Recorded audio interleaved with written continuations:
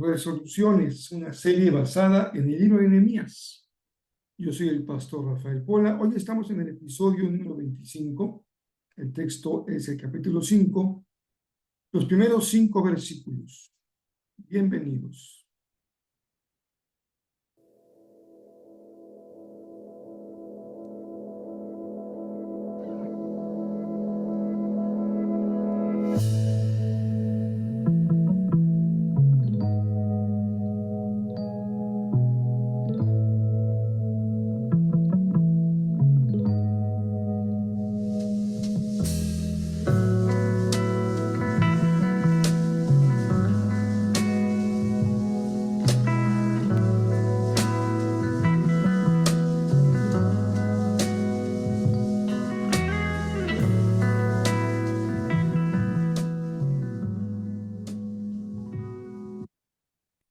Llegamos ya al capítulo 5 de Nehemías, este extraordinario libro de la gran epopeya del regreso de Israel desde el imperio babilónico hacia Jerusalén, para reconstruir el muro, para reconstruir las puertas, las ventanas, para reconstruir el templo. Y en esta ocasión, el capítulo 5 nos introduce en otro elemento fundamental, de fundamental importancia, que habría que reconstruir y que es la vida social de la nación.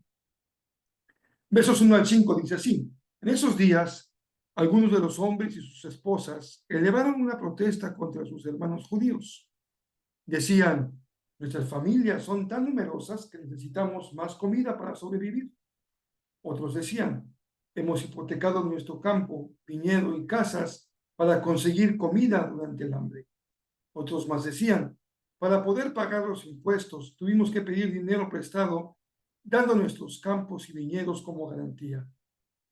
Pertenecemos a la misma familia de los que son ricos, y nuestros hijos son iguales a los de ellos. Sin embargo, tenemos que vender nuestros hijos como esclavos solo para conseguir lo necesario para vivir.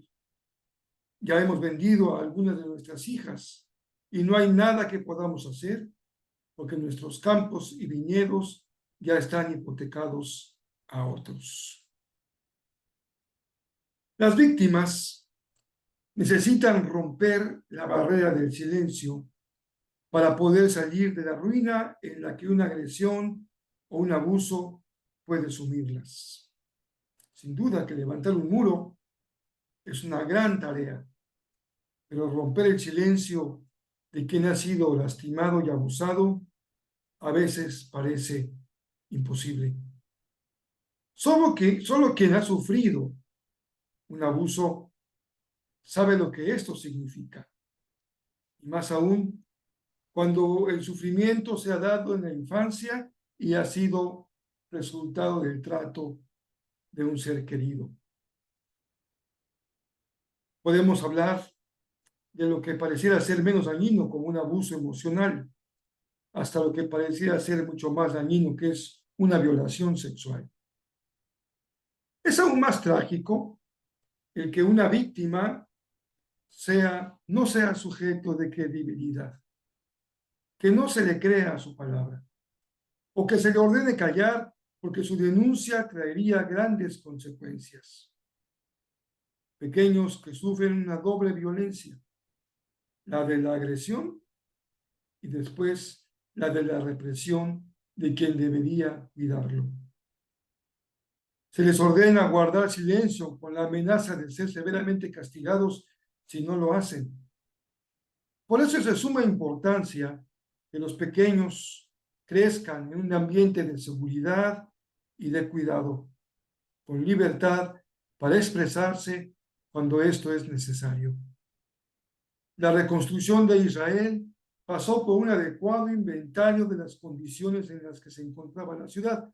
Lo recordamos ahí en el capítulo 1 y luego en el capítulo 3. También fue indispensable el liderazgo de un alto funcionario que dirigió el regreso del pueblo haciendo frente a una y mil adversidades. Pero ahora, ya en el capítulo 5, las cosas se ponen aún más difíciles porque la ruina económica, ya sea por una crisis que hubiera en la zona donde estaba Judá, o por el impacto mínimo de la reconstrucción, es el caldo de cultivo para que ahí se manifieste el abuso de las clases privilegiadas sobre los pobres de Jerusalén, los que han tenido que hipotecar sus bienes para comprar comida o pagar sus impuestos.